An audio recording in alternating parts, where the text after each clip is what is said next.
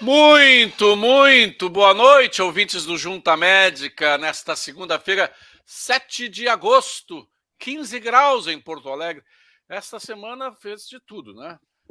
Calorão, ontem, domingo, eu fui para o Brinco da Redenção ontem de manhã, estava 29 graus, e hoje, frio, chuva, amanheceu chovendo, 15 graus agora em Porto Alegre. Haja saúde! Estamos dando início a mais um Junta Médica, o programa que tem o patrocínio da Hertz, farmacêutico especialista em Consumer Health, com mais de 200 produtos que você encontra em farmácias de todo o Brasil.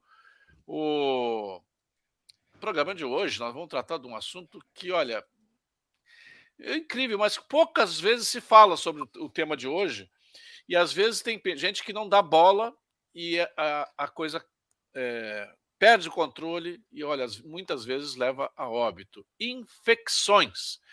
Tem dados aqui que chegam a ser assustador.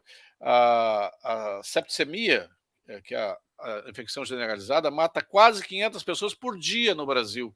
E muito desses casos de sepsis começaram com uma pequena infecção urinária, às vezes, que não foi tratada, a pessoa vai deixando, e quando chega no hospital já está em...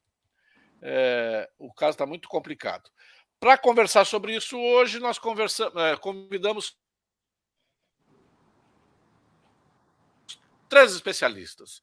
O pneumologista, deixa eu arrastar aqui, pneumologista da Santa Casa de Porto Alegre, professor associado de Clínica Médica e Pneumologia da Universidade Federal das Ciências da Saúde de Porto Alegre e chefe do Departamento de Clínica Médica desta mesma universidade. Convidamos também o Dr. Milton Calil, que é nefrologista do Hospital Moinhos de Vento, responsável técnico pela unidade de diálise do hospital, membro do Comitê Técnico de Nefrologia do CREMERS, e convidamos também o Dr. Renato Cassol, infectologista, graduado em medicina pela PUC, com residência médica em doenças infecciosas e parasitárias no Hospital Nossa Senhora da Conceição, acho que é isso? Perfeito. É isso, né? E, tem curso credenciado pela Comissão Nacional de Residência Médica, órgão sediado no MEC, MBA em Gestão da Saúde e Controle de Infecção pela FAMESP. Quero dar boa noite a todos, já que está aqui. Boa noite, doutor Renato Cassol. Começo com o senhor, que é infectologista. O senhor conhece as bactérias. E eu estava vendo aqui, doutor Renato Cassol, que são um grupo, sempre é o mesmo grupo de bactérias, ou pelo menos assim, existem... eu estava vendo um número aqui de 33 bactérias mais comuns. É isso ou eu me atrapalhei? Então, primeiramente, boa noite, então, Júlio, Boa obrigado pelo noite. convite. Dr. Milton Calil, né? Muito obrigado aí pela participação. Doutor Garcia, claro, tinha cumprimentado antes. Sim, o que acontece, tá, Júlio? Nós temos, basicamente, em doenças infecciosas, um divisor de águas, tá? Que eu costumo explicar para os meus alunos. Nós temos doenças bacterianas, digamos assim, nosocomiais, ou seja, hospitalares, e temos doenças comunitárias. Essas doenças comunitárias, elas são doenças que praticamente no mundo inteiro são praticamente os mesmos germes. Por exemplo, área do Dr. Eduardo Garcia, pneumonia. Pneumonia, o germe mais comum é Streptococcus pneumoniae, o pneumococo. Mas é predominante no Brasil, é igual nos Estados Unidos, é igual na Iugoslávia, qualquer lugar, entendeste? É sempre ela a primeira colocada. Então, sim, os germes são praticamente sempre os mesmos na comunidade. Eventualmente, tu tem um patógeno novo na comunidade, eventualmente um patógeno pandêmico, um vírus pandêmico, tá certo? Agora, as infecções hospitalares, elas são muito mais, digamos assim, hospital dependente. Cada hospital tem a sua microbiota local, tá certo? E os seus germes prevalentes. Por exemplo, aqui no Brasil, os germes mais prevalentes é a Cinetobacter, Klebsiella pneumoniae, tá certo? Pseudomonas, tá? No norte da Europa, os germes mais prevalentes são gram-positivos, Staphylococcus, tá? Então, é muito dependente da microbiota local, tá certo? No hospital. Na comunidade é tudo meio parecido. Depois não vou descer os detalhes sobre isso, doutor, porque todo mundo tem curiosidade de conhecer esses bichinhos que tão pequenininhos, mas que causam tanto estrago e às vezes, em muitos casos, levam à morte. Afinal, eu falei aqui, são 500, só em sepsis são 500 pessoas por dia no Brasil. Doutor Milton, o doutor Milton Calil, ele é nefrologista. Deixa eu lhe perguntar o seguinte, as infecções do sistema urinário, elas ocorrem igualmente entre homens ou mulheres, ou a impressão minha de que mulheres têm mais infecção urinária? Boa noite. Boa noite, Júlio. Obrigado pelo convite. É um prazer poder estar aqui contigo e tentar esclarecer as dúvidas dos ouvintes aí, dos telespectadores. A infecção urinária é certamente no consultório médico do nefrologista ou do clínico geral como a infecção mais comum, né, ambulatorial. Normalmente são pacientes jovens ou mais comum em mulheres, mas depende da faixa etária. Inicialmente, lá nos bebês, nas crianças, é mais comum nos meninos, por alterações anatômicas. Depois passa para as meninas, para as mulheres, e na idade adulta, os homens, devido à hiperplasia prostática, começam de novo a ter mais infecção urinária nessa faixa etária. Então, é bem variável. Elas são mais recorrentes? Claro, na população em geral é mais comum nas mulheres. Em que parte do sistema são mais recorrentes, doutor? O mais comum é a chamada infecção da bexiga, né, que é vulgarmente conhecida como cistite, uma infecção urinária baixa, né, uma infecção urinária em que pega só a bexiga e dá sintomas urinários baixos, que vai ser o quê? Ardência para urinar, a pessoa começa a urinar mais seguido, tem uma vontade urinária e não consegue inibir essa vontade, vira uma urgência, né? Vai urinar e sai em pequenos volumes e com muita dor e muita ardência. Esse é o principal sintoma da infecção urinária baixa, né? Da chamada cistite. Depois nós vamos saber o quanto ela pode evoluir para algo mais grave. Muito obrigado, doutor Milton. Quero convidar também o doutor Eduardo Garcia, que é pneumologista, e é talvez a segunda a causa, ou a primeira causa de infecção, as vias aéreas, as infecções, essas grandes amplitudes de temperatura ajudem ao aparecimento de infecções. Boa noite, doutor. Boa noite, muito obrigado pelo convite, por poder participar com os colegas. Oi? Com os colegas tão distintos. Não, pode. Ok. E, sim, na verdade, a pneumonia, né, que é a grande infecção do aparelho respiratório, é a infecção que mais mata seres humanos no planeta. A infecção que mais mata, não é a mais comum. Então, ela tem uma mortalidade elevada, principalmente em crianças e em idosos. E esse é um tipo de situação que assusta muitas vezes todos nós. A questão da variação climática não tem uma influência direta sobre a gênese da pneumonia, mas a gente sabe que as pessoas que têm problemas respiratórios, como enfisema, bronquite crônica, alergias respiratórias, que não estão devidamente imunizados também, ficam mais sujeitos às trocas de temperatura, com isso levando maior chance de infecção, principalmente porque quando abaixa a temperatura, está muito quente, resfria, o nosso epitélio respiratório sofre com essa mudança, ele se adapta, mas temporariamente fica mais vulnerável à entrada de algum vírus ou bactéria que esteja aí na via aérea.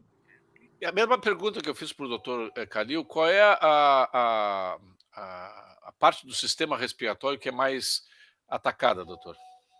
Bom, é claro que eu vou puxar para a minha área, que é a área de pulmão, né? Brincadeiras à parte, as infecções respiratórias baixas, como pneumonia, bronquite infecciosa, tuberculose, as infecções de pulmão são bastante graves, no sentido de que podem levar, inclusive, o indivíduo à morte. Existem, obviamente, as infecções de garganta, infecções de via aérea superior, como sinusite, que são muito, muito frequentes, e muito presentes no nosso dia a dia, no dia a dia do gaúcho. Então, em termos de frequência, as infecções de via aérea são mais frequentes, porém, em termos de gravidade, tendem as infecções baixas a serem mais graves. Tá certo. Depois vamos ver como é que elas podem evoluir, doutor. Eu tenho que falar hoje, porque eu recebi, depois de sexta-feira à tarde, quando eu fui desligado da Rádio Guaíba, eu recebi mais de 1.000 mensagens, seguramente bem mais de 1.000 mensagens nos meus WhatsApp. Eu tenho 2 WhatsApp. E recebi bem mais, talvez 2.000 comentários nas minhas redes sociais, no Twitter, no Instagram e no Facebook. E o pessoal, e aí, tio Júlio? Bom, a vida é para frente que se vive, né? Então, eu vivi quase 3 anos na Rádio Guaíba, foi excelente, foi maravilhoso, especialmente porque eu conheci muita gente legal, mas eu já estou preparado, já estou me preparando para daqui a 40 dias ter lançar um projeto próprio, voltar à ativa. Se fecha uma trincheira, a gente abre outra e continua a vida. E o que aqueles que tentam nos cercear a liberdade não sabem é que nós formamos uma comunidade muito grande e eles não vão conseguir nos calar. Tio Júlio está com vocês. Muito obrigado pelo carinho, pelas manifestações, inúmeras manifestações. Teve manifestações que me fizeram, inclusive, chorar, o que não é muito difícil, porque o tio Júlio é um chorão. Doutor Renato Cassol, o senhor falou das prevalências dos germes, das bactérias que são mais frequentes neste ou naquele hospital, né, nesta ou naquela tipo de atendimento. Qual é a que nós brasileiros mais devemos nos preocupar? Que ela eventualmente começa pequena, insidiosamente, e se nós não tratarmos, ela pode evoluir para um caso, pode até ser fatal. Olha, nesse ponto eu concordo com o Eduardo Garcia. A preocupação maior de infecções comunitárias são aquelas infecções que, apesar de não serem comuns, são potencialmente muito graves. E dentro delas, a pneumonia, com certeza, ela dispara, né, quando nós falamos de bactérias. A gente não está aqui conversando sobre vírus, obviamente, né, mas em termos de bactérias, sim, a pneumonia, que causada predominantemente pelo Streptococcus pneumoniae, é uma infecção potencialmente fatal, né? Letalidade aí acima, dependendo da faixa etária, bem acima de 3, 5%, né? Até muito mais, dependendo das comorbidades do paciente.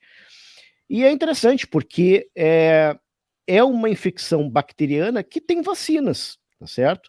E tem vacinas que têm uma boa eficácia, tá? Vacinas Pneumo 13, Pneumo 23, tem outros modelos de vacinas que ajudam, sem dúvida, a não ter a doença ou ter uma doença mais branda. Tá? Então, mas realmente... a prevalência dos casos de pneumonia são de pessoas vacinadas ou não vacinadas?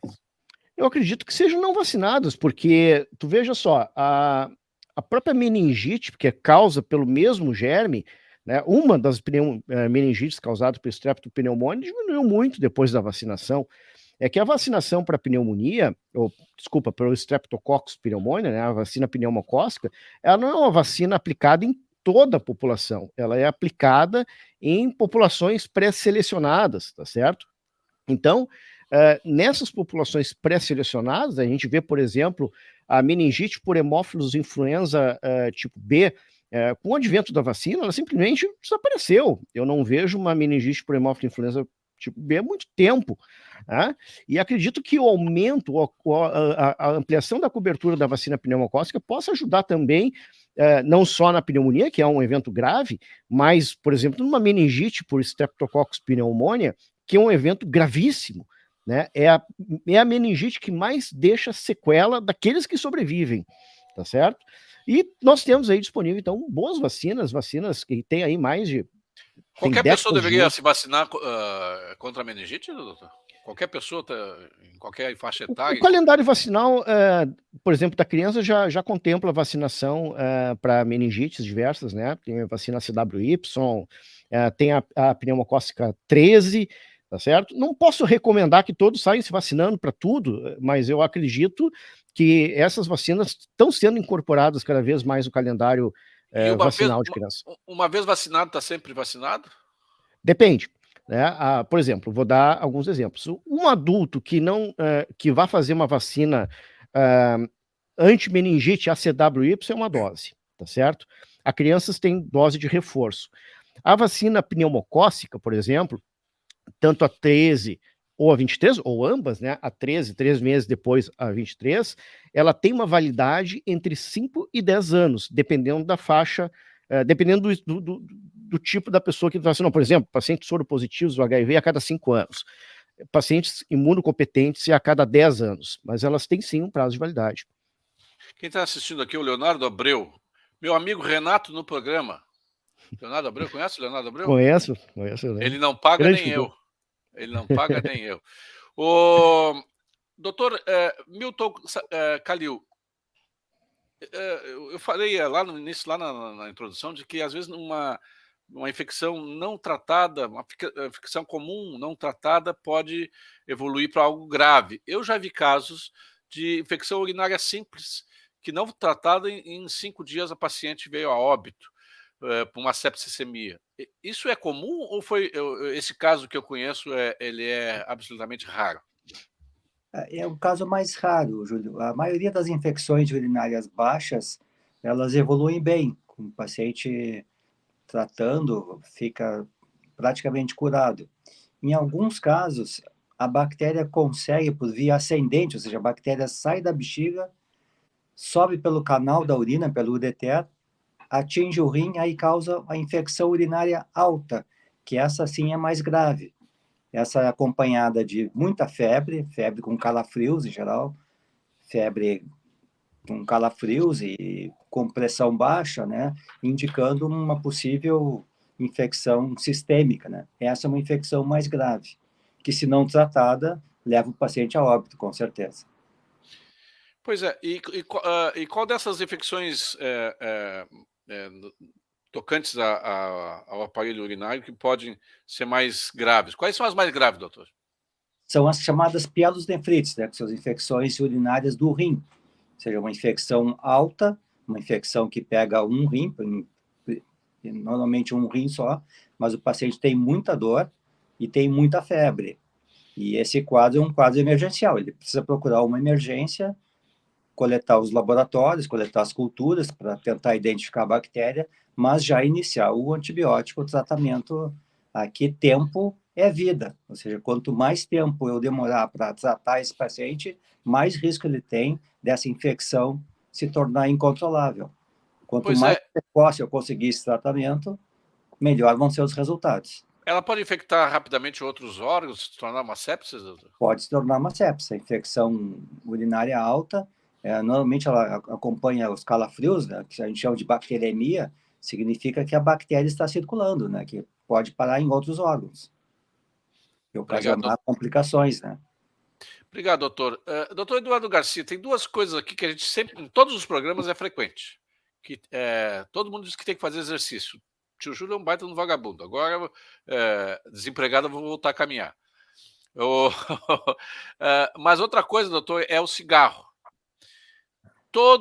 Olha, todos, inclusive agora na próxima Junta Médica que vai ser sobre dentes, certamente vai ter o cigarro. Ele é tão causa para infecções pulmonares, infecções respiratórias, doutor? Ele é a principal causa?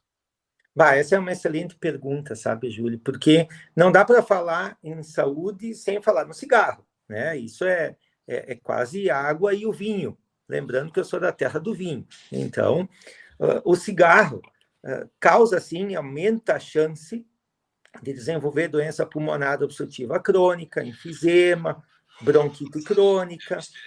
Para ter uma ideia, um cigarrinho inocentemente fumado, paralisa as defesas dos nossos cílios respiratórios, que são estruturas que a gente tem dentro das nossas vias aéreas, que fazem uma constante limpeza do pulmão. Então, o que a gente, porventura, inalar e cair no pulmão, esses cílios são que nem fibrazinhas de tapete microscópicas que limpam o nosso pulmão 24 horas por dia. Um cigarro fumado paralisa em torno de 8 horas esse movimento. Então, sim, o cigarro pode aumentar a chance de infecção de uma forma direta e pontual. Mas pior do que isso, muito pior do que isso, é fumar continuadamente, que aí sim, além disso, desenvolve doença pulmonar crônica, que altera toda a estrutura do pulmão e deixa essa pessoa muito, muito mais suscetível a pneumonias, a bronquites crônicas e outras infecções respiratórias que às vezes têm desdobramentos bem mais graves, bem mais sérios. E o Então, cigarrinho sim, do capeta, doutor? E o cigarrinho do capeta? na verdade, qualquer coisa, né? Eu costumo dizer para os meus pacientes assim, se eu pegar uma folhinha de papel, enrolar e fumar, eu já estou fumando. Isso é um cuidado importante para quem, por exemplo, tem lareira, fogão a lenha, muita gente ainda tem esse hábito, né? E tudo isso é fumaça inalada. Isso toda queima de biomassa em ambiente fechado, obviamente, em que a gente respire e recircule esse ar, ou seja, alguém numa sala pequena fumando, outro vai fumar passivamente.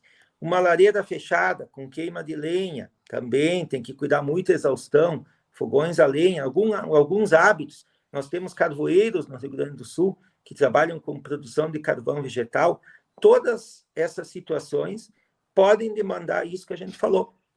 Tanto um dano imediato no sentido de favorecer a infecção, quanto uma doença pulmonar crônica, principalmente bronquite crônica e o enfisema pulmonar, que essas sim são, principalmente o enfisema e a bronquite, que a gente chama de PAC, é a doença crônica que mais vem crescendo nos últimos 20 anos no mundo todo. Né? Isso que o doutor Eduardo Garcia falou é uma coisa que a gente quase não considera, mas há poucos dias lá em Monte Verde, em Minas Gerais, morreu um casal numa pousada por causa da lareira. Ligaram a lareira, não tinha exaustão suficiente, não tinha nenhuma janela aberta, o casal dormiu e morreu dormindo. Isso tem mais frequente do que a gente imagina, doutor? É que, na verdade, essa foi uma morte por intoxicação. Provavelmente liberou produto da queima num ambiente sem circulação. Então, essa foi uma morte aguda, né? Eles fecharam o ambiente, queimaram o oxigênio que tinha lá, elevaram o nível de CO2 e provavelmente foi a causa da morte por insuficiência ventilatória de causa ambiental. Eu não tenho estatística prevista para te dizer quantas pessoas morrem nesta condição. Eu diria que não é muito frequente, não. Esse tipo. Mas essa outra de ir acumulando, essa de ir acumulando. Essa é top 10, né? É bem comum mesmo, bem frequente. Ainda bem que o tio Júlio não tem lareira em casa. O Renato Cassol, tu disseste há pouco, antes de começar o programa, o tio Júlio não é cofre da informação, né? Falou para jornalista e se queimou. Tu disseste que está com uma virose. Qual é a diferença entre virose... o tio Júlio é vírus, tá? Mas quando identificar que é uma virose e é uma infecção? Porque para o paciente, para o leigo, às vezes é a mesma coisa. Infecção bacteriana, tu diz? Isso. Realmente, dependendo do tipo de vírus, ele apresenta uma sintomatologia diferente, né? Por exemplo, a principal causa de dor de garganta, digamos assim, são viroses, tá certo? Vírus comuns, vírus respiratórios comuns, que têm a sua prevalência em determinada época do ano. Então, de cada, vamos supor aí, 100 dor de gargantas que tu vai atender, possivelmente menos de 10 vai ser de causa bacteriana, né? E elas são passíveis de serem distinguidas com a anamnese e exame físico do paciente, tá certo? Então, só na prevalência, tu já acerta em 90% das vezes, né? Se tu associar o exame físico e ver que tu tem uma prevalência intradomiciliar, por exemplo, eu peguei da neném, que ela estava com uma virose diagnosticada, peguei dela, tive uma virose também. Então, ela tem um certo contágio intradomiciliar, diferente de pneumonia, pneumonia por Streptococcus pneumoniae, por exemplo. Teu filho está com pneumonia, aí toda a família pegou pneumonia. Não, calma aí, né? Isso não acontece com bactérias, tá certo? As bactérias, elas são um desequilíbrio local, um desequilíbrio do paciente, uma propensão imunológica ou circunstancial que causa uma infecção. Não há contágio. por via de regra, não há contágio. Sempre tem algumas exceções. Por que Tá então certo? a tuberculose, o sujeito tinha que ter seu próprio prato, seu próprio garfo, suas próprias. Então, Ficar isolado? a tuberculose, ela é uma infecção crônica que sim tem transmissão interhumanos, tá certo? O humano transmite tuberculose para outro humano, né? Mas isso não acontece em infecções agudas, por exemplo, por streptopneumonia, Moraxella catarrhalis, Haemophilus influenza, não são transmitidos entre humanos, apesar de que até algumas infecções fúngicas podem transmitir entre imunossupressos. Por exemplo, o pneumociste girovese, tem gente que recomenda isolamento desses pacientes para proteger o paciente ao lado, né, de pegar, já que ambos estariam imunossupressos em determinada enfermaria, uma infecção fúngica contagiante. Então, isso tem exceções na regra, mas sim, a tuberculose ela é uma transmissão interhumanos. Doutor, por que há tanta infecção hospitalar? Talvez seja a maior causa de morte no Brasil, porque o sujeito entra para resolver um assunto e ele morre por outro, morre por uma infecção hospitalar. Até se diz que pessoas mais idosas devem ficar o mínimo possível em hospital. Não se Perfeito. consegue purificar o ambiente, nem sei como é que chama Controle ambiental de infecção. mas tem uma outra palavra que está me fugindo. Não se consegue fazer esse controle de forma 100%, doutor? Não, 100% nenhum lugar do mundo conseguiu fazer. Nós sempre teremos taxas de infecções nosocomiais, infecções hospitalares, tá certo? O fato é, essa taxa está muito alta em relação aos seus pares, ou ela está dentro da média, ou ela está mais baixa. A luta é você ser melhor entre os seus pares, tá certo? Por quê? Porque tu não pode comparar um hospital terciário, tá certo? Com um hospital primário, tá certo? Tem que comparar ovo com ovo, manga com manga. Não pode comparar um hospital de 1.000 leitos com um hospital que tem baixa complexidade. Porque, veja só, nós temos diversas técnicas para minimizar ou mitigar as taxas de infecção hospitalares, ok? Mas, quando tu pega os estudos clínicos mostrando o que sempre impacta na infecção hospitalar, em todos os estudos, sem sombra de dúvida nenhuma, qual é a variante que não muda? E essa variante é tempo de internação. Quanto maior o tempo de internação, mais taxas de infecção hospitalar nós teremos. Porque, veja só, mais exposto fica. Tu pode ter lá excelência na higiene de mãos. Categoria 1A, todo mundo deve higienizar as mãos com alguma coisa, o que quiser, antes e depois de tocar o paciente. Excelência. 100% de higienização de mãos, vamos supor. A taxa mundial é 50%. Tá? Mas vamos supor que o teu hospital tenha 100%. Excelência, digamos assim, ambiental. O teu ambiente é um ambiente tecnológico e tu tá apto a manter o controle do ambiente com substâncias que tenham boa higienização, quaternário de amônia, enfim, aí tem várias e várias tecnologias. Tá ok. Tu sempre terá algum grau de infecção hospitalar. E se o teu hospital for de alta complexidade, onde o paciente fica mais tempo internado, maiores serão as taxas. Obrigado. Doutor Milton Calil, o Cassol disse que não se pega, a bactéria não é transmissível, não é contagiosa e tal. Nem todas. Pois é, mas aquela é uma lenda de que se pode pegar, especialmente mulheres que sentam em vasos sanitários, em sanitários públicos, que pode pegar infecção urinária, ou realmente isso é um problema, doutor? Não, é uma lenda, viu? É lenda? É lenda.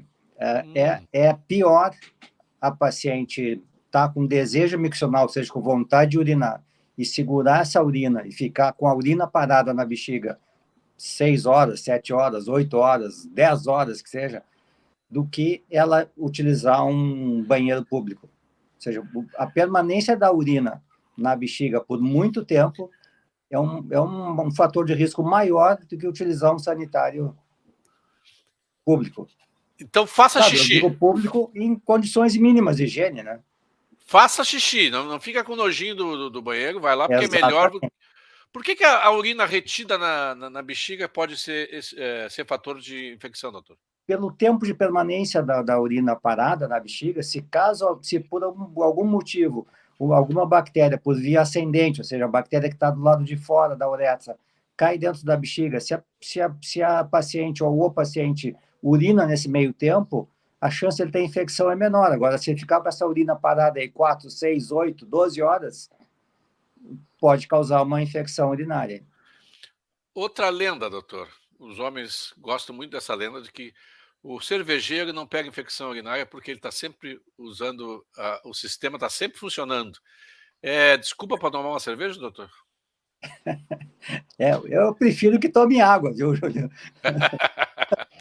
Eu tomo bastante, eu tomo 2 litros por dia. Exatamente, tomem água. Quanto de água? Um cálculo rápido para a gente fazer assim é 30 ml por quilo. Tem 70 quilos, vai dar 2 litros, 2 litros e 100. Isso é um cálculo básico, né, de líquidos por dia. Pode ser metade de água, metade de outros líquidos. Por dia, né, doutor? Porque agora, há poucos dias morreu uma mulher nos Estados Unidos que tomou 2 litros de água em 20 minutos. Não, parece que ela tomou 6 ou 8 litros em 20 minutos. Não, parece que foi 4 garrafas de 500 ml. De 2 litros, de 2 litros. Se eu não me engano, foi de 2 litros. Não, eu vi de 500 ml. Ela nem conseguiria tomar em 20 minutos. Conseguiria tomar 8 litros. Mas o excesso de água, eu fiquei assim, o excesso de água pode causar intoxicação. Esse mundo está perdido. Esse mundo está perdido, né? Não, mas o que acontece? No caso dessa senhora aí, pelo que eu pude acompanhar, né, pela mídia, ela estava numa situação em que estava com muita sede. Ou seja, ela tinha perdido muito líquido, porque estava com a temperatura lá, no teto, se não me engano, com 40 graus de temperatura. Então, quando está com uma temperatura alta, a pessoa perde líquidos pelo suor. O suor, além de perder água, perde eletrólitos também. O suor é salgado, né? Se a gente for observar o suor, ele tem sal, ele tem potássio, ele tem sal, tem cloro. Então, se a paciente perdeu muito sal, ou seja, muito sódio, muito cloro, e repôs uma água pura, uma água sem sal, ocorre uma alteração muito grave do sódio do sangue do paciente, do sal do sangue do paciente, e isso causa um edema cerebral, e em casos raríssimos, mas acontece, um edema cerebral com herniação do cérebro e óbito. É um óbito por isso agudo. Que o jogador de futebol toma isotônico, né? Exatamente, o corredor de maratona, né? Uhum. Não pode tomar só água. Não pode tomar só água. Obrigado, doutor. Eu vou aqui dar um oi para os ouvintes que estão na live, que se manifestaram de alguma forma, e logo em seguida eu vou deixar os médicos conversando sozinhos por alguns minutos, como se estivessem realmente numa junta médica, e nós vamos ficar só ouvindo. Mas antes eu quero mandar um abraço aqui para aqueles que eu estou vendo na live. Se você não te mandou nenhum oi, cara de boi, eu não vou te ouvir. Não vou saber que você está aqui. O Eni Neves, o Marlão, Luiz Felipe Botelha, Maria Eduarda Crefe, a Duda Crefe, Marcelo Badon, João Paulo Fontoura, Vera Silva, a dona Almeri Castro. Almeri Castro, um beijo, minha sogra. Viu só como eu sou querido? Vera Lúcia Renner, o Ademir Bisotto, o Ricardo Osório, a Santa Maria Crédito, que eu nunca sei quem é, lá de Dom Pedrito, o Sérgio Pinheiro, a Ana Barbosa, o Carlos Chiran, Renato Ferreira, a Cris Kopasek, Valdir Abreu. A Cris Kopasek é pediatra. Valdir Abreu, o Nilo Cardoso, o Cleison Cességulo, o Marcos Ziegler, Gabriel Melo, Maria Rejânia, Diamara Ribeiro Mana, o Fabiane Quevedo Vacaro, a Jupetec, o Agnaldo Gonçalves, a Silvana Ferraro, o Vilmar Machado, Maurílio Oi, o Herão Ferreira, o Carlos Arnaud, José Roberto, o Ivan Marcelo, Berenice Scott, Oliva Vivan, José Ribas. Quem mais? Lá da Defesa Net, o meu querido amigo, o Nelson Durin, Carlos Pimmel, o Ivan da Silva Azevedo, o Ivan, xerife do condado, o Fernanda Bez, a Márcia Ribeiro, a Ana Barbosa, o Walter Sandro, Celso Valente, o Jorge Guerra, o Jack Flash, Vânia Lofiego, o Flash Saudável, não sei quem é, Fernando Silveira, Cláudia Araújo, Clara Maria Silva, Lúcia Lambe, Sérgio Pinheiro, Egídio Faria, Cristina Lupinassi, Leandro Collodi, um abraço, Collodi, o Júlio Martins, quem mais aqui? Irene Vompeto, Jair Régio, Geraldo De Bastiani, Guilherme Ferge, da Ótica Fergen, Fernanda, quem mais aqui, que eu já falei, já falei, Ângela Dingri, o Rodrigo Kessler, o Rodrigão lá da Tubolândia, nos assistindo, a Luísa Silveira, Cláudio Sá, Paulo Osório, o João Grandro, lá de Massachusetts, o Enur, o Carlos Eduardo Creff, a Sandra Paraguaçu, Ricardo Osório, já acho que eu falei Ricardo Osório, o Otar Teixeira, quem mais? O Jader Krieger, Luiz Silveira, puxa vida, Michele Miller, a banda 0800 Maratá, o Clauber Pires, lá do Pará, Belém do Pará, a terra em que nasceu Jesus, o Ivan Kilian, o Ivan Marcelo, quem mais? O Ed Kremer, e o Alexandre Appel, o Marcos Giovanni Russatz, a Clarice, se eu não falo, o pessoal fica chateado comigo, a dona Orlif Sebem, lá de Arvorezinho, o Sérgio Gilberstein, a Mário Oliver, o Sérgio Pinheiro, Jussara Canelas, Lourenço Albinelli, Deloir Silva, lá de Pelotas, a Claire Reitz, o Fabiano Sostizo, o Israel Bisotto, papai Israel Bisotto, Júlio Guilherme Freiberg, Demétrio Medeiros, o Lourenço Albinelli, tio Júlio vai cansar, Berenice Scott, vai me dar uma infecção aqui, Idolene Balbinotti, a Carlo Arnaud, Ricardo Ascioli Guerra, o Richard Guerra, marido da comandante Nádia, o Flávio Benedetti, depois eu falo mais, e eu vou deixar agora os nossos médicos conversando sozinho por alguns minutos para a gente ficar só assim, de ouvido. Eu vou fazer uma pergunta, então, para o doutor Renato. Pode ser? Posso tentar. É muito comum a gente receber no consultório, né, pacientes encaminhados por outros colegas, absolutamente assintomáticos, ou seja, não tem nenhum sintoma, 0 sintomas, e traz uma cultura de urina com uma bactéria. E fica, doutor, tem que me tratar, eu preciso tratar essa bactéria aí, eu não vou ficar com essa bactéria. É frequente, né? O que acontece? Não se trata, tá certo? Não se trata bacteriúria assintomática, vírgula, vamos para as exceções. Claro. Aí as exceções são pacientes gestantes, pacientes que vão fazer procedimentos urológicos e pacientes que vão fazer cirurgias de grande porte, cirurgia cardíaca ou cirurgia de prótese. Todos os outros subgrupos de pacientes não se trata bacteriúria, ou seja, bactéria na urina assintomática, vírgula, exceto tuberculose. Claro, com certeza. Obrigado. É só para confirmar, né? Porque não, é mais fácil a gente dar uma receita do antibiótico do que explicar para o paciente. Exatamente. 15 minutos de que não precisa tomar antibiótico, né? Não precisa tomar antibiótico. Já em contrapartida, até queria perguntar para o doutor Milton Calil sobre aquelas, principalmente mulheres de mais idade, que têm infecções urinárias de repetição, tá certo? Ou seja, ela tem lá a cada mês, a cada 2 meses, uma infecção urinária, seja pela alteração anatômica pós-menopausa, da uretra mais curta, enfim. O que o senhor tem de ideia, assim, de prescrição de profilaxia? Perfeito, excelente a pergunta.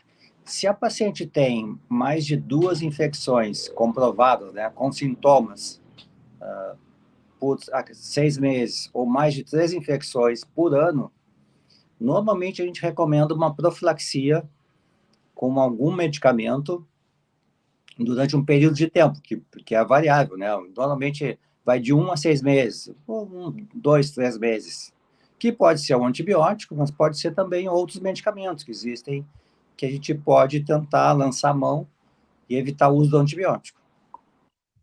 Quando tu fala outros medicamentos, está incluso o suco de cranberry, que já foi discutido várias vezes? Está incluso o suco de cranberry, né? A dificuldade do suco é a dose do suco, né? Tem que ser 250 ml 2 vezes ao dia. Trabalho que tem uma dose alta. Então, não é um suco muito palatável para nós aqui, que tem muito açúcar, então Perfeito. Normalmente os pacientes não toleram muito. E existe já a venda em cápsulas, né? Mas não tem estudo com dose e profilaxia De cápsula. de cápsula. E ele é um suco mais para Escherichia coli, né? Exatamente. Para as Ele outras a não. adesão da bactéria na parede da bexiga, né? Então, Porque ela a, tem fímbrias e tudo mais. a Escherichia coli tem tipo umas fibras, como se fossem uns fios de cabelo, né? Que se colam na parede da bexiga e facilitam a proliferação da bactéria. Então, o cranberry é uma das substâncias que existe que evita essa adesão da bactéria na bexiga. Então, diminui um pouco a infecção urinária. Interessante. Renato, eu gostaria de fazer uma pergunta, já uma consideração do lado pneumológico e principalmente da infectologia. A gente tem pacientes com bronquiectasias, que são dilatações dos brônquios, muitas vezes bem frequente, como consequências de infecções antigas da infância, muitas vezes, doenças tipo tuberculose, que deixaram cicatriz. É muito frequente os pacientes dizem, mas doutor, como eu faço 3 ou 4 infecções por ano? Isso é uma coisa sabida, que maior ou menor grau vai acontecer. Por que eu já não uso antibiótico direto, né? O ano todo? E essa é a minha pergunta. Embora eu saiba a resposta, eu acho que é interessante a gente colocar isso, porque é bem frequente esse tipo de questionamento. E tem também uma prática clínica que alguns médicos fazem, que é o uso de azitromicina, né, durante um longo período de tempo em alguns subgrupos de pacientes como bronquiectasia. Olha, o paciente que tem alterações da arquitetura pulmonar, ele tem um aumento de prevalência de Pseudomonas aeruginosa, certo? Então, por exemplo,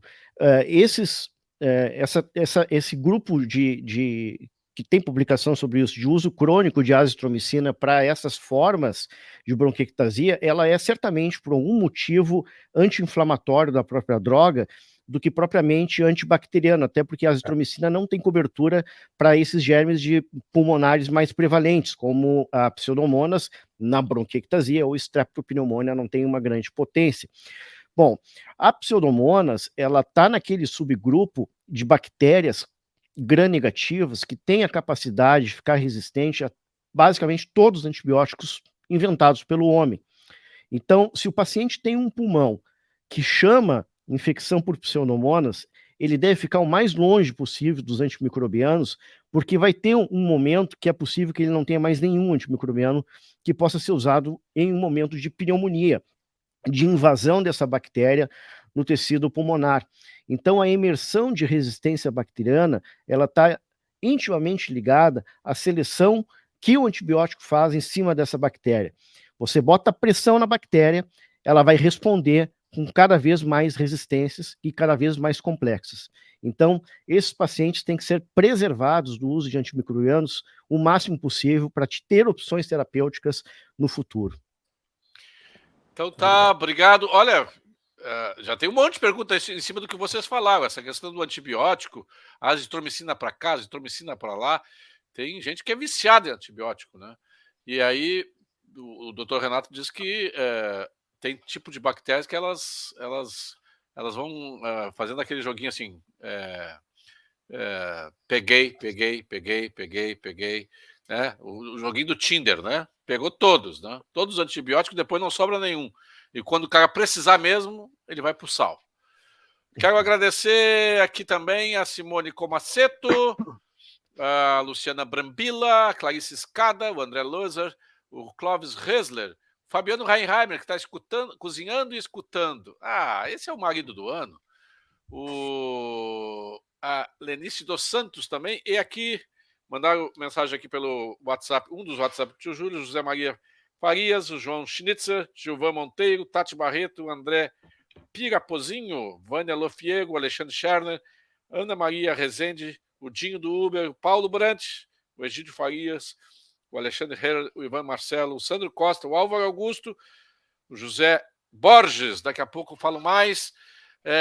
Mande aí as suas perguntas, agora é a hora das perguntas, né? E o tio Júlio vai começar a fazer as perguntas para os nossos ouvintes, nossos convidados. Mande aí, os nossos ouvintes, mande as perguntas e eu vou começar a fazer. Eu tinha visto aqui, doutor Eduardo Garcia, a Cris Lupinassi diz assim: o meu marido fuma todos os dias um charuto dizendo que não faz mal. Esse tal do clube do charuto, doutor, às vezes um charuto é apenas um charuto, né? Já dizia o Freud. Mas ele faz tão ou mais mal do que o cigarro, doutor? Freud, por sinal, morreu como consequência do fumo, né? Usando o exemplo, né, de neoplasia que ele acabou adquirindo. Claro que um pneumologista sempre vai ser contrário a qualquer forma de fumo, né? E o charuto também, o cachimbo também, o narguilé também, o cigarro eletrônico também, que, aliás, eu acho que é um problema de saúde pública. A questão é dose e tempo dependente. A gente sabe que quanto mais tempo ou maior quantidade, maior é o risco. O resto é o bom senso do ser humano e a suscetibilidade individual. Vocês já devem ter ouvido falar pessoas que disseram assim: eu conheço um cidadão com 90 anos que fumou Sim. desde os 15 e está vivo até hoje. Pois bem, ele é um felizardo da genética, né, de uma condição especial dele. Eu conheço gente que fumou 15 anos e morreu de câncer de pulmão. Então, o contraponto existe. O problema é que quando nós nos expomos a um fator de risco, a gente não sabe a resposta ou não quantifica a resposta que o nosso organismo vai ter. Então, a orientação inicial é evitar. Eu costumo dizer assim, se eu tenho um paciente e eu digo, isso aqui é uma porçãozinha bem pequenininha de veneno, o senhor quer tomar isso aqui ou o senhor quer tomar tudo isso aqui? O paciente vai me dizer o quê? O senhor está louco, doutor? Eu não quero nenhum dos dois, nem um pouquinho e nem um muito. E é esse raciocínio que a gente faz. Então, o fumo, de qualquer forma, cigarro, eletrônico ou não, pode causar dano. Claro que é dose, tempo dependente e susceptibilidade individual, que é um ponto de interrogação que a gente não consegue avaliar ou saber quem vai responder ou não a isso. Acho que essa pergunta... Obrigado, doutor. Acho que essa pergunta da Lúcia Lambi cabe para o doutor Milton Calil. Pergunta para quem pratica natação desde a infância, já está próxima dos 60 anos, algum cuidado especial? Eu imagino que tem muito a ver com infecção urinária, doutor. Não existe uma relação direta, né?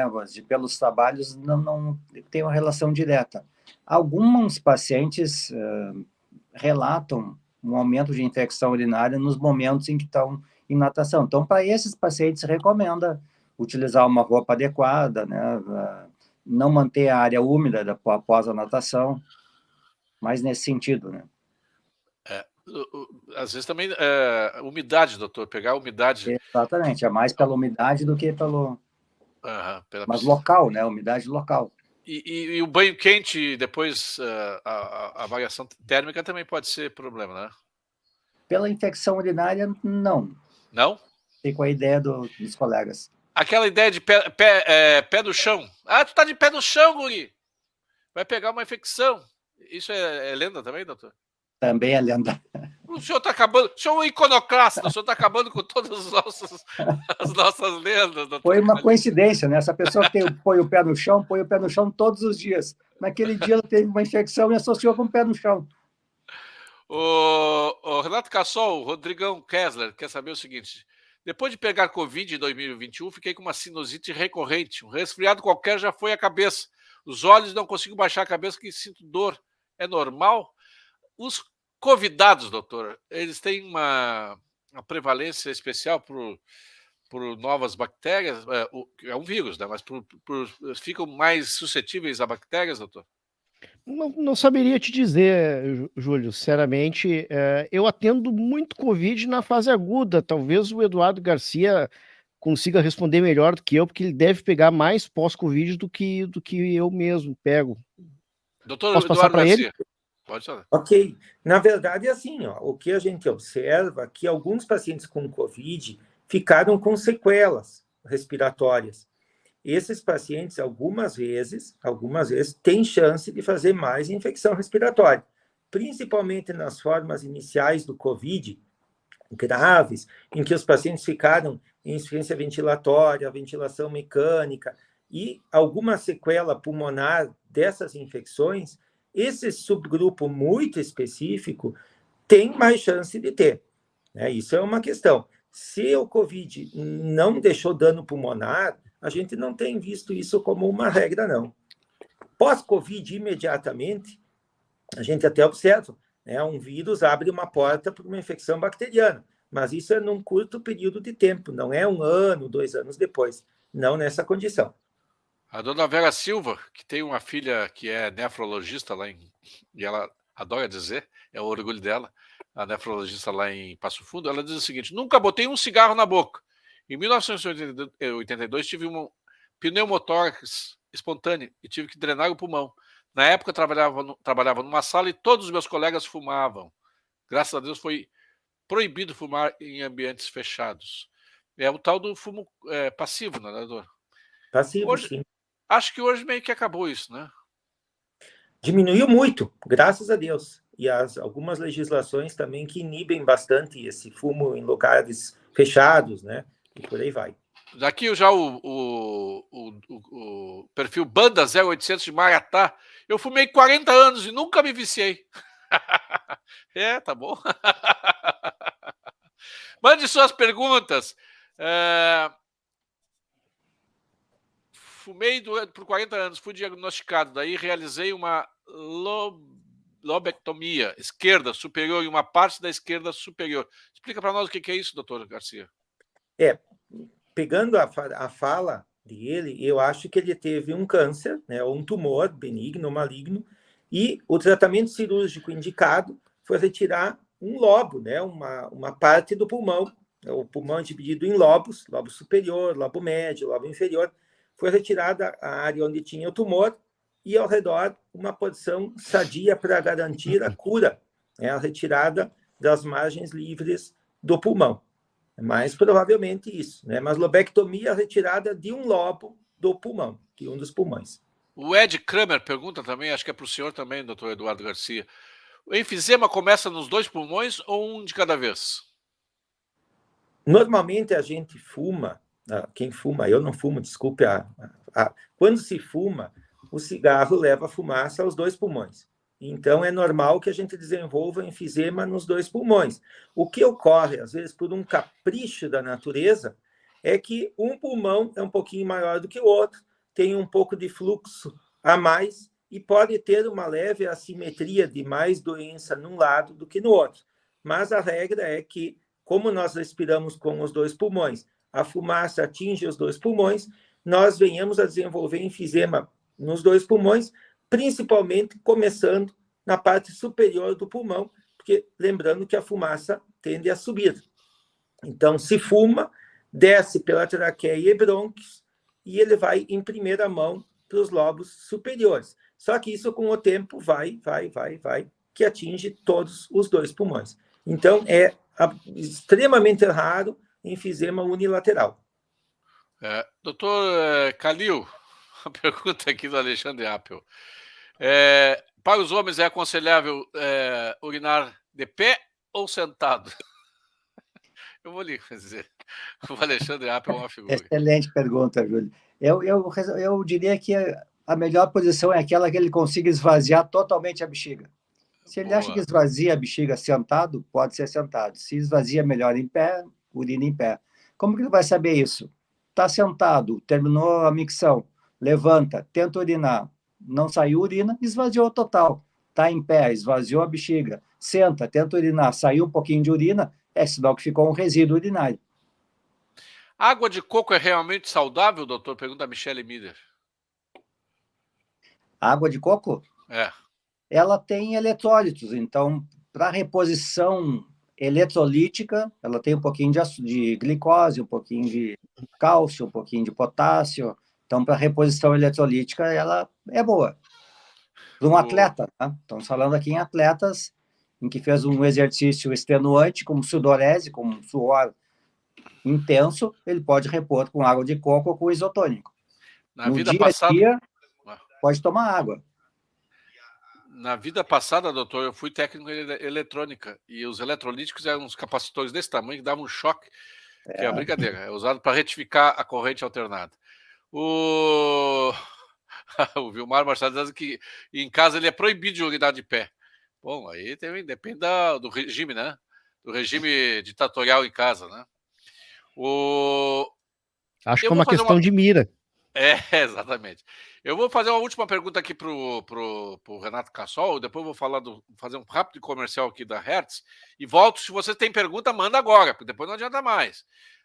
Doutor Renato Cassol, o Israel Bisotto, que é pai fresco, tem 2 meses aí de neném, em especial, alguém me diz o porquê de um recém-nascido precisar de uma vacina para doença sexualmente transmissível se sua mãe sabidamente não a possui? Exemplo, hepatite B. Hepatite B, a vacinação é bem precoce, né? Provavelmente por segurança do parto, alguma coisa desse tipo, assim. Não saberia te dizer. Não sou muito da pediatria também. Não, só estou te fazendo pergunta que não é da tua área, né? Amanhã o Inter ganha ou não? Eu não sei nem contra quem que o Inter vai jogar. Ah, pá. Sabe sim, sabe sim. Faço Não? ideia. Não faz ideia. Deixa eu falar para vocês aqui, ó, de três fitoterápicos da Hertz. O Florabac é um suplemento alimentar que contém 2 bilhões de culturas ativas por cápsula, contribuindo para o equilíbrio da flora intestinal. Tem o Arpatabis. O Arpatabis é um produto tradicional fitoterápico, conta com ação analgésica e inibitória em processos inflamatórios. E o Gastrobion é um antiácido e antifratulento, conta com ação 4 em 1, que age no alívio da azia, gases, acidez estomacal e má digestão. Está disponível no sabor cereja. Hertz, a farmacêutica especialista em Consumer Health, com mais de 200 produtos que você encontra nas principais farmácias do Brasil. Conosco hoje aqui no Junta Médica, o doutor Eduardo Garcia, epidemiologista, o doutor Milton Calil, nefrologista, o doutor Renato Cassol, infectologista. Mande suas perguntas. Temos ainda 5 minutinhos de programa e depois se finir. Quem mais aqui? Vamos ver se eu tenho mais uma pergunta.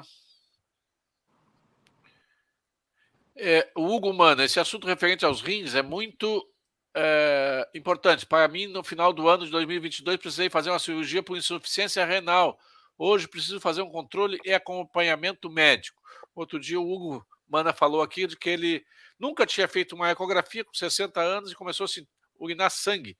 E aí foi ver, ele estava com um tumor no ureter, teve que remover um rim. Doutor, tem alguns sinais, algumas sinalizações de que há algum problema no nosso sistema urinário, doutor, que a gente pode ligar um sinal de alerta?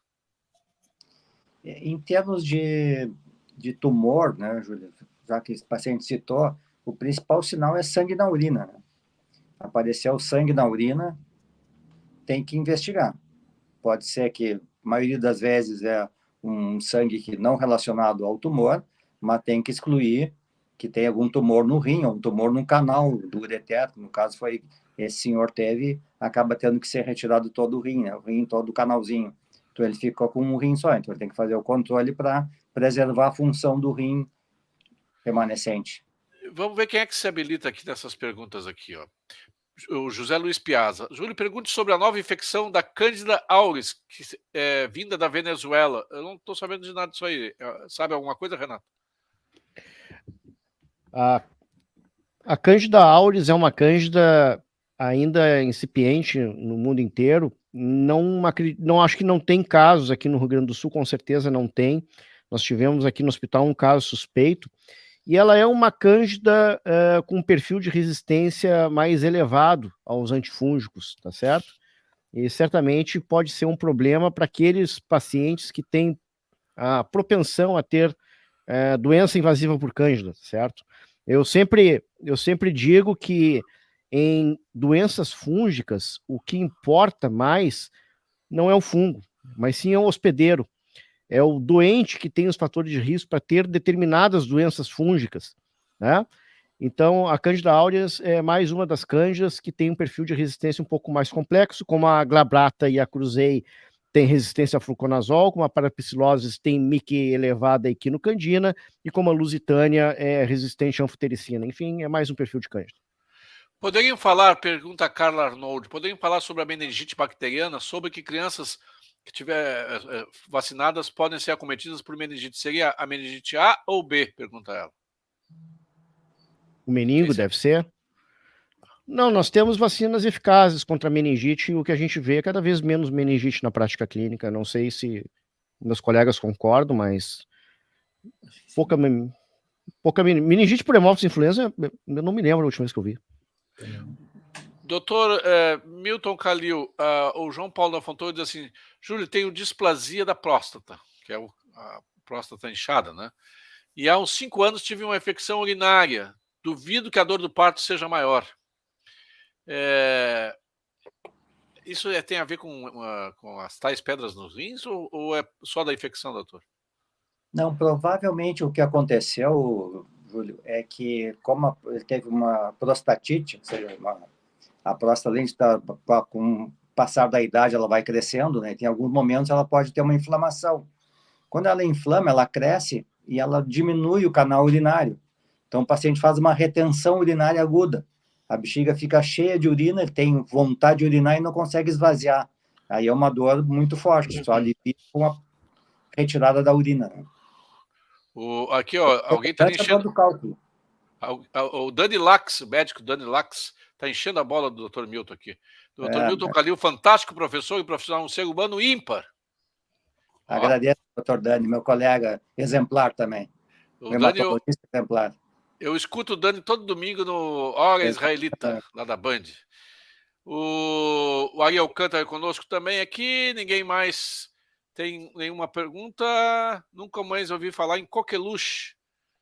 Antigamente, quando se dizia que alguma coisa estava na moda, que alguma coisa que viralizou, se dizia que virou coqueluche. Hoje ninguém mais fala de coqueluche, doutor Renato. Tem vacina, né? A vacina difteria, tétano, pertussis. O pertussis é a coqueluche, né? A Bordetella pertussis, que causa a coqueluche. É uma consequência da vacinação das crianças. É que nem varicela, varíola, né? Foi erradicada, né? Varicela não, varicela é a nossa catapora, né?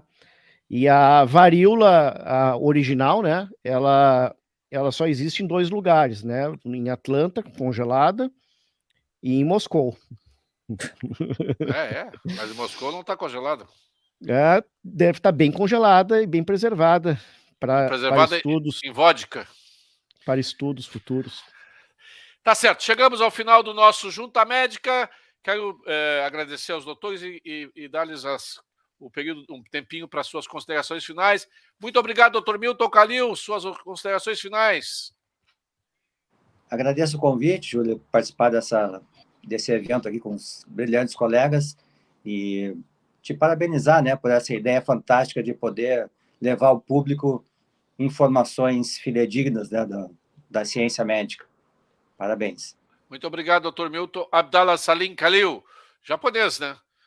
Total. Obrigado, doutor Renato Cassol. Eu que agradeço o convite, tio Júlio. Eu sei que teve várias vezes que eu não consegui comparecer, mas muito obrigado aos colegas pela participação também. E um abraço para o teu público muito carinhoso. Outro dia eu passei na frente da tua loja ali, né? Não é tua aquela loja que tem material de construção? Né? Deve ser da família. Obrigado, doutor Eduardo Garcia. Muito obrigado pelo convite e parabenizar pela iniciativa de levar essa informação à população, um público que questiona bastante, que participa, que se importa com a sua saúde, e agradecer a todos, ao Júlio e aos colegas brilhantes, e sempre aprendemos muito nessas situações. Muito obrigado, uma boa noite. Boa noite. Eu sempre digo toda segunda-feira, sejam demasiadamente felizes, porque a felicidade é o melhor remédio, a felicidade é o melhor bactericida. Sejam felizes. Um beijo do tio Júlio. Tchau.